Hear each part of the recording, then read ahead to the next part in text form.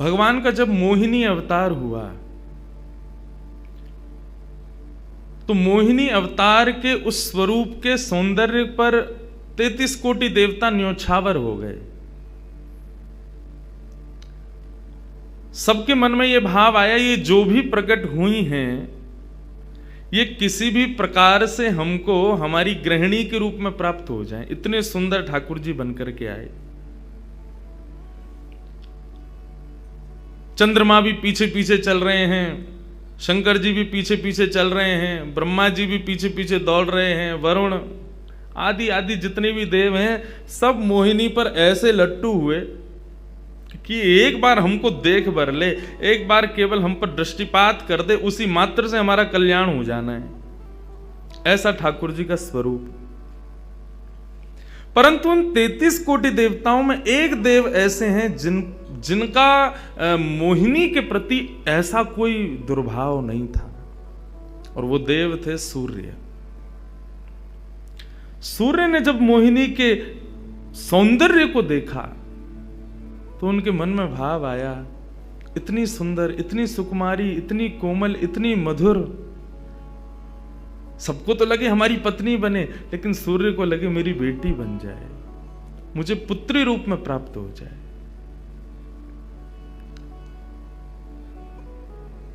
जब सूर्य के हृदय में यह भावना उत्पन्न हुई तो मोहिनी ने कटाक्ष नेत्रों से सूर्य की ओर देखा, बाकी किसी को देख ही नहीं रही हैं, और देख करके केवल ठाकुर जी ने उनको इशारा किया। बोले तो आपकी ऐसी इच्छा है? सूर्य बोले जी भगवान, मेरी बहुत अभिलाषा है कि आप पुत्री रूप में मेरे यहां पधारो। ठाकुर जी बोले इतना साधारण नहीं है हमको प्राप्त करना, पुत्र रूप में प्राप्त करना फिर भी साधारण होगा, लेकिन पुत्री भाव में ये तो असाधारण है, इसके लिए आपको तप करना पड़ेगा। सूर्य बोले मैं आज से ही तप करूंगा, लेकिन आप वचन दो मेरे यहां पधारोगे और इसी रूप में पधारोगे। मोहिनी ने कहा यदि मैं तुम्हारे भजन से प्रसन्न हुई, यदि तुम्हारी भक्ति में, तुम्हारे प्रेम में प्रबलता हुई, मोहिनी 33 कोटि देवताओं को मोहित करती है, लेकिन तुम्हारे भजन के प्रभाव से मैं जब तुम्हारे यहां अवतरित होंगी तो मोहिनी को भी मोहित करने वाला रूप धारण करके आऊंगी। मोहिनी जिसने तीनों लोकों को अपने रूप पर न्योछावर कर दिया, वो मोहिनी भी जिस रूप को देख करके मोहित हो जाए, वो रूप आएगा आपके यहां पर। वही सूर्य वृषभानु जी के रूप में प्रकट हुए हैं, और जब वृषभानु जी के रूप में प्रकट हुए, उससे पहले एक राजा के रूप में भी आए थे, तब भी इन्होंने तपस्या की थी, लेकिन ठाकुर जी नहीं पधारे। जब वृषभानु के रूप में प्रकट हुए तो इन्होंने ठाकुर जी का यजन करना बंद कर दिया, ब्रह्मा जी का यजन प्रारंभ किया, ब्रह्मा जी से प्रार्थना की। ब्रह्मा जी प्रकट हुए, बोले क्या वरदान चाहिए? बोले वरदान आपसे नहीं चाहिए, वरदान हमको किसी ने कहा था कि वे हमारे यहाँ पुत्री रूप धारण करके आएंगे, मुझे लग रहा है वो कहीं भूल नहीं गए हो, इसलिए ब्रह्मा जी आप बहुत करीब हो ठाकुर जी के, आप उनको जाकर के संकेत करो कि कोई आश में बैठा उनकी में। जब से मोहिनी स्वरूप देखा तब से हम पागल हुए फिर रहे हैं, 33 कोटि देवताओं के मन में यही आता है कब प्रकट होंगी दोबारा। कृपा करो, आप प्रार्थना करो कि वो पधारें। ब्रह्मा जी बोले आपके भजन में इतनी सामर्थ्य है कि ठाकुर जी मना नहीं कर सकते। बोले तो फिर मुझे विश्वास के लिए कुछ तो कह करके जाओ। ब्रह्मा जी बोले मेरी जिम्मेवारी बन जाए, इसलिए चलो इस पर्वत के रूप में मैं विराज जाता हूं। और बरसाना पर्वत के रूप में श्री ब्रह्मा जी विराज गए। ठाकुर जी आएंगे, मैं जिम्मेवारी लेता हूं, इसलिए मैं ही पर्वत बन के बैठा हूं। ब्रह्मा जी ने जाकर के प्रार्थना की। ठाकुर जी बोले मैं तो सच में ही भूल गया था कि मुझे जाना है। बोले भगवान वो बहुत प्रतीक्षा कर रहे हैं आपकी। वृषभानु जी का भजन कैसा बताया। वृषभानु जी की एक ही इच्छा है कि मेरे पास जो पुत्री रूप ठाकुर जी का आवे,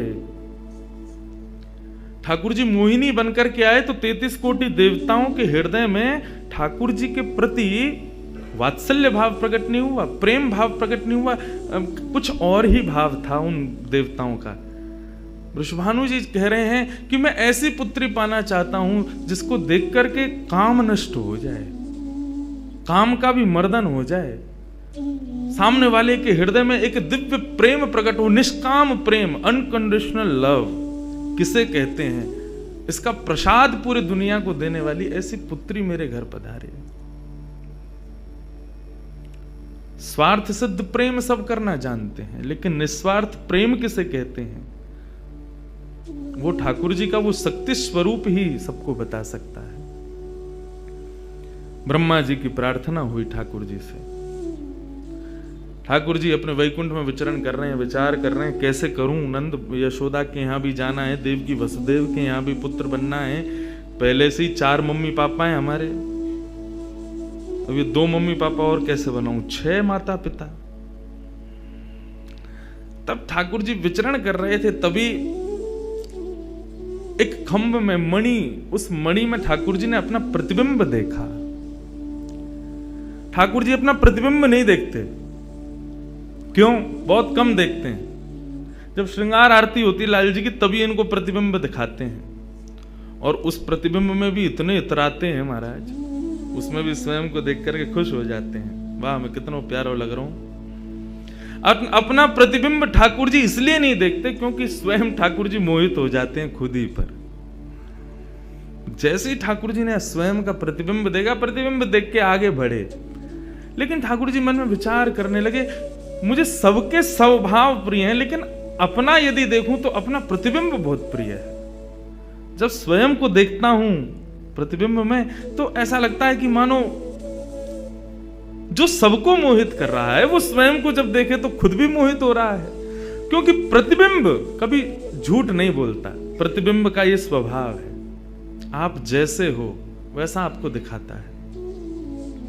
ठाकुर जी ने जब प्रतिबिंब देखा, अपने उस प्रतिबिंब स्वरूप को ठाकुर जी ने स्थिर कर दिया, और स्थिर करके अब तो ठाकुर जी लाए महाराज लक्ष्मी जी की पूरी पेटिका लेकर के आए श्रृंगार की, और अपने प्रतिबिंब स्वरूप को ही उन्होंने श्रृंगार करना प्रारंभ किया। किशोरी जी के श्रृंगार का इतना भाव बताते हैं, किशोरी जी की नथ बेसर ऐसी, किशोरी जी के कान के कुंडल ऐसे, किशोरी जी के पांव की महावर ऐसी, क्यों ना हो, क्योंकि श्याम सुंदर ने श्रृंगार किया है।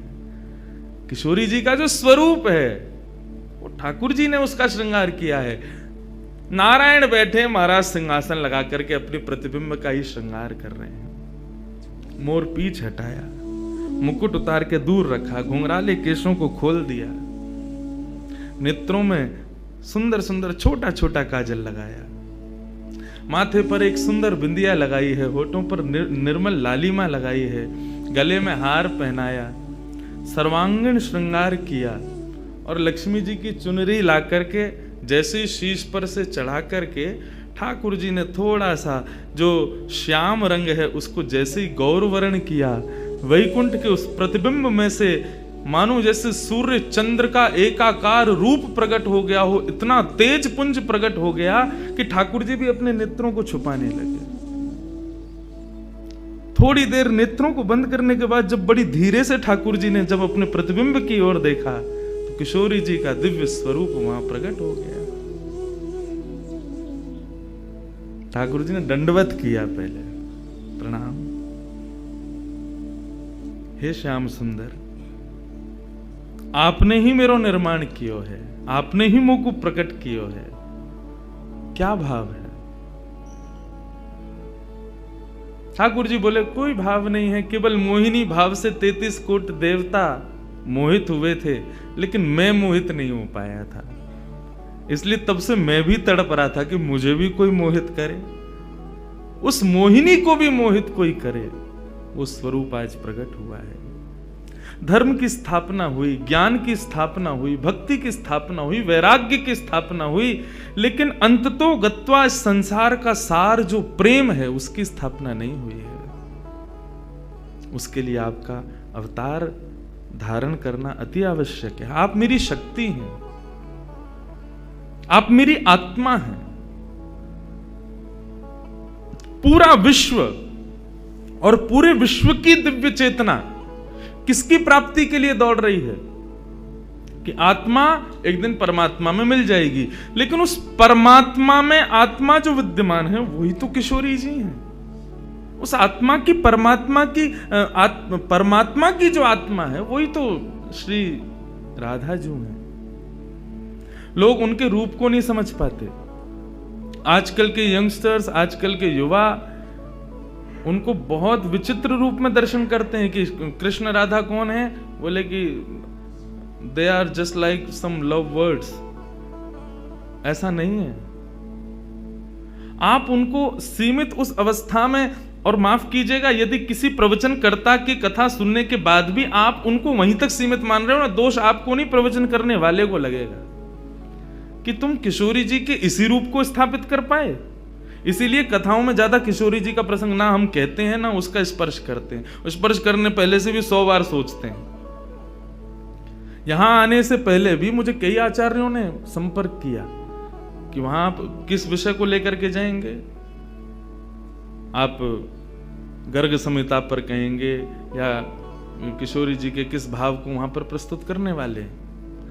मैंने कहा देखो, हम बस बोलेंगे जो निकल जाए मुंह से, जिसका जो भाव ठाकुर जी स्वीकार कर लें बस, लेकिन भाव ये रखेंगे ठाकुर जी विराज गए हैं कि कोई अनधिकारी इस भाव को सुनकर के अपने मन में कोई दुर्भाव ना प्रकट करे।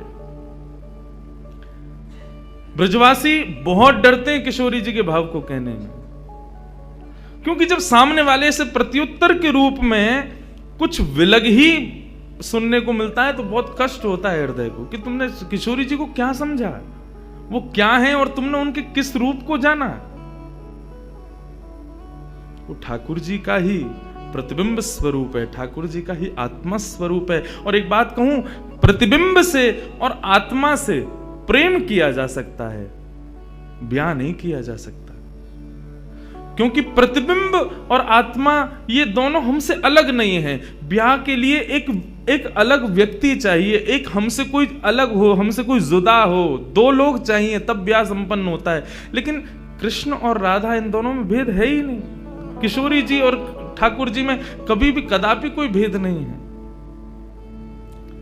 बल्कि लीलाएं अभी सुनेंगे हम लोग, कभी कभी ठाकुर जी जब किशोरी जी का रूप धारण करते हैं तो किशोरी जी से ज्यादा गोपियों को सुख देते हैं।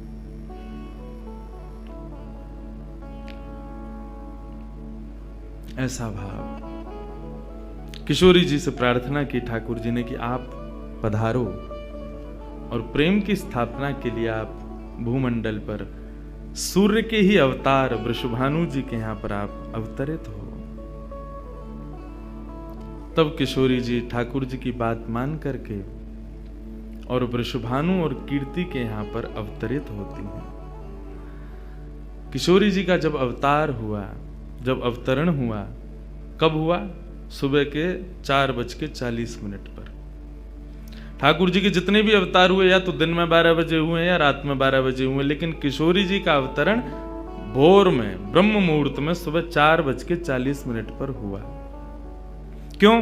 बोले राम कृष्ण आदि जितने भी ठाकुर जी के अवतार हैं राक्षसों के वध के लिए आते हैं, तो या तो सूर्य की तेज ताप में उनका जन्म होता है, मानो वे प्रकाश स्वरूप हैं ऐसा भाव बताते हैं, या रात्रि में 12 बजे होते हैं वो इसलिए होते हैं, वो मानो ऐसा भाव रखते हैं कि चंद्रमा अंधेरे को दूर करता है, वो ज्ञान का प्रकाश है, वो ज्ञान है, उससे अंधेरा दूर होता है। तो ठाकुर जी रात्रि प्रकट होकर के ऐसा भाव रखते हैं कि काले निशा, काला ज्ञान जितना भी है धरती पर, उसको दूर करने के लिए हम पधारे हैं।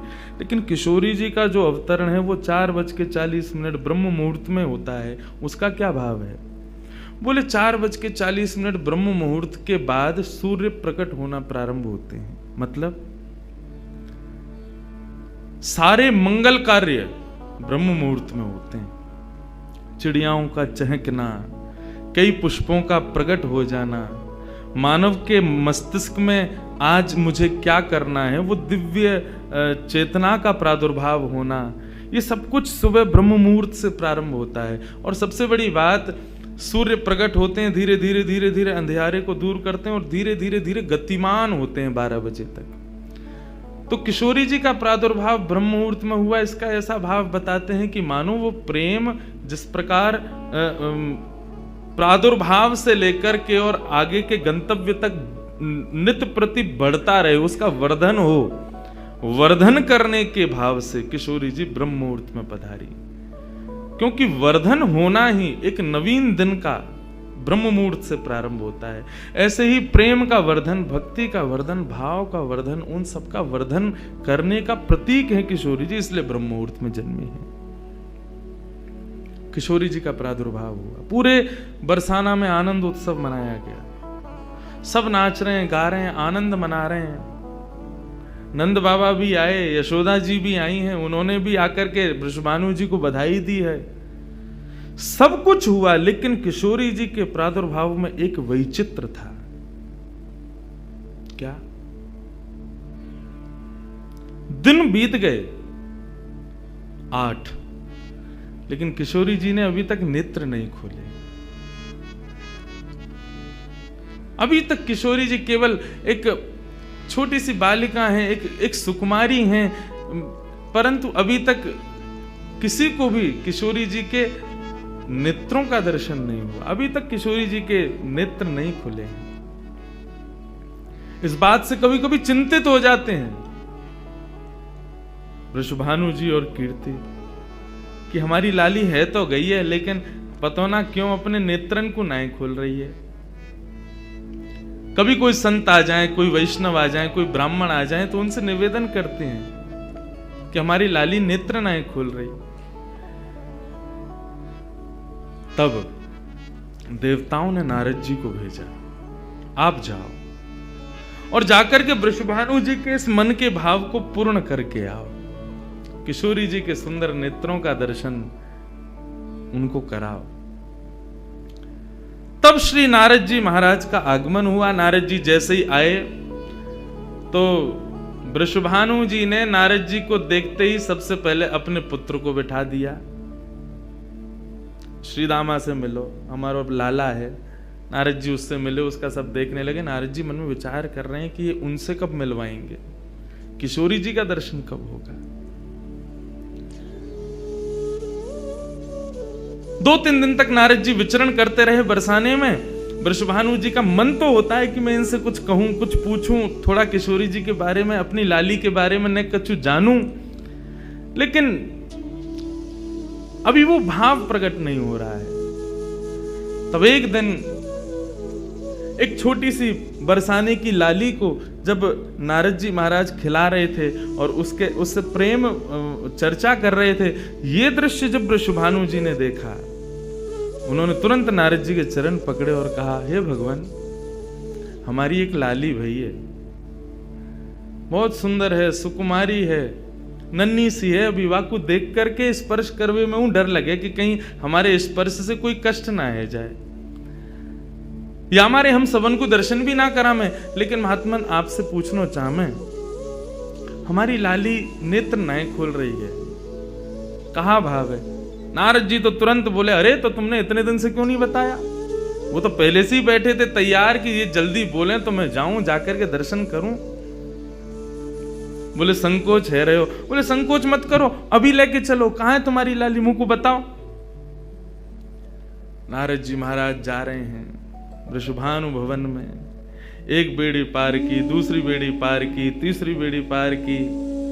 जैसे ही भीतर पहुंचे हैं, सुंदर सुगंधी भीतर से प्रकट हो रही है। सामने स्वर्ण जटित एक पालना है, और जैसे उस पालने में जाकर के नारद जी ने दर्शन किया, कमल कली को वृषभानु की लली को रंग, कैसा रंग है? बोले जैसे कमल की कली हो मैं ना, ऐसी श्री वृषभानु नंदिनी है। नारद जी ने जैसे ही उनको दर्शन किए हुए आनंदित है गए, आनंदित है करके प्रणाम करने लगे। वृषभानु जी बोले, हमारी लाली नेत्र नाए खोल रही है, आप कृपा करो ना। नारद जी बोले, एक मंत्र पढ़ना पड़ेगा, कुछ करना पड़ेगा, तंत्र मंत्र करना पड़ेगा, तब आपकी लाली बोलेगी। वृषभानु जी बोले, देख लो, ले संभल के करियो, हमारी लाली बहुत कोमल है, वो ना स्पर्श नहीं करेंगे, दूर बैठ के करेंगे। वृषभानु जी बोले, तो करो। बोले आपको पहले बाहर जानो पड़े, वो एकांत में करेंगे।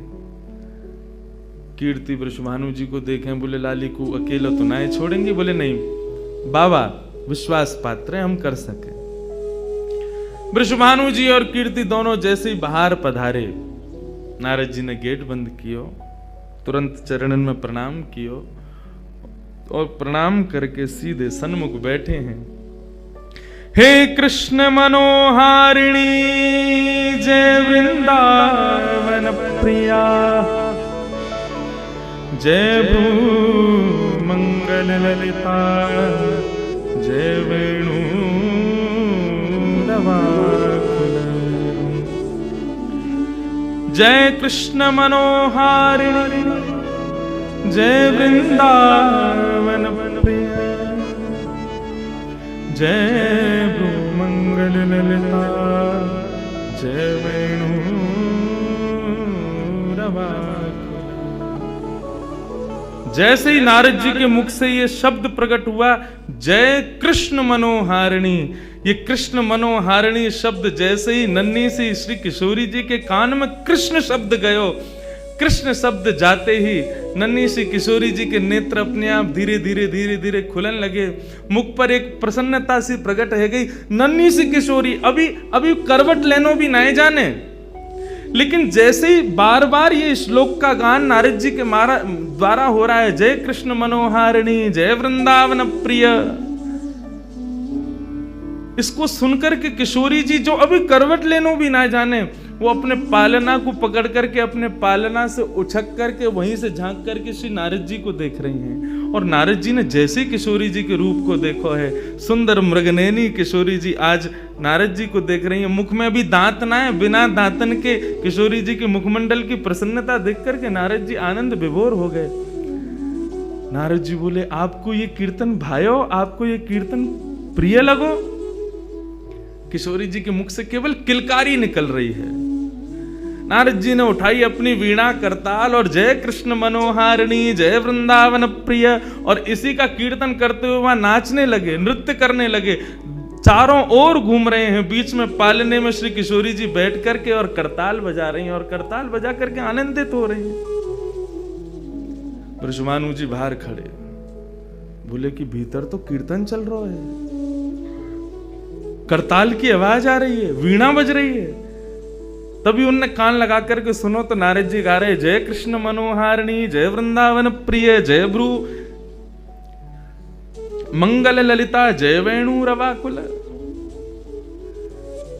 वृषभानु जी ने ये स्वर सुन लिया, लेकिन जैसे ही थोड़े से गए हैं और खिड़की में जाकर के भीतर झांक करके देखा, अद्भुत दृश्य। नन्ही सी किशोरी, ज्यादा से ज्यादा 8 दिन की होंगी, 10 दिन की होंगी, अपने पालना में पौड़ करके स्वयं को झुला रही हैं, करताल बजा रही हैं। चारों तरफ नारद जी वीणा बजा करके, करताल बजा करके आनंद से किशोरी जी को मुखोल्लास कर रहे हैं। ये दृश्य देख करके श्री वृषभानु जी को एक बार तो मूर्छा आ गई, मैं वास्तव में 8 दिन की बालिका को देख रहा हूं। उन्होंने कीर्ति को कुछ नहीं बताया। नारद जी महाराज ने प्रणाम किया। तब किशोरी जी की सहचरियां प्रकट हुई और कहा कि हे नारद, आपने हमारी किशोरी जी को बहुत सुख प्रदान किया है। जब कभी भी आपको ऐसा दर्शन करना हो तो हम आपको कुछ स्थान बता रहे हैं। गोवर्धन, श्री यमुना पुलिन और ब्रज कुंज, इन 3 स्थानों पर आप जब कभी भी हमारी किशोरी को स्मरण करके यही कीर्तन को गान करोगे, किशोरी जी को यही स्वरूप आपको दिखेगा। ये हमारा वरदान है आपको, क्योंकि आपने, किशोरी जी कृपामयी तो हैं। लाल जी 10 बार विचार करेंगे कृपा करवे में, किशोरी जी विचार थोड़ी करें, वो तो तुरंत करुणा करें। नारद जी जाओ, जब कभी भी लाडली को दर्शन करना हो यही भाव से कर लियो। नारद जी महाराज के नेत्र सजल है गए, किशोरी जी के चरणन में बारंबार प्रणाम कियो और प्रणतिपात करते हुए वहां से प्रस्थान कर गए। किशोरी जी फिर से नेत्र बंद करके अपने पालना में पौड़ गई। कीर्ति जी बोली, बाबा आयो टोना टोटका करके गयो, तब वो हमारी लाली के नेत्र तो खुले नहीं। कीर्ति जी गोद में लेकर के सुला रही है, नेक नेक थोड़ी सी संकुचित है करके रुदन करनो प्रारंभ कियो। सो इतने में वृषभानु जी आए और वृषभानु जी बोले, नेक दियो लाली को, और किशोरी जी को गोद में लेकर के वृषभानु जी बोले, हे कृष्ण मनोहारिणी। जैसे ही बोले तुरंत किशोरी जी के नेत्र फिर से खुल गए, फिर से अपनी किलकारी भर करके कीर्तन में करताल बजाने लगी, आनंद विभोर हो गई। अब तो जैसे ही ये भाव देखो वृषभानु जी ने कीर्ति को सुनायो, कीर्ति भी वही गा रही है, पूरा बरसानो आकर के श्री कृष्ण कीर्तन करने लगो, और बीच में मध्य में बैठ करके किशोरी जी अपनी करताल बजा रही हैं, किलकिल करके हंस रही हैं, इतनी आनंद विभोर रह रही हैं। तब सबन को ये भेद पतो चलो, कहा कि ये श्री कृष्ण की आत्मा है, ये उनसे विलग नहीं है, वे ही या को सर्वस्व है।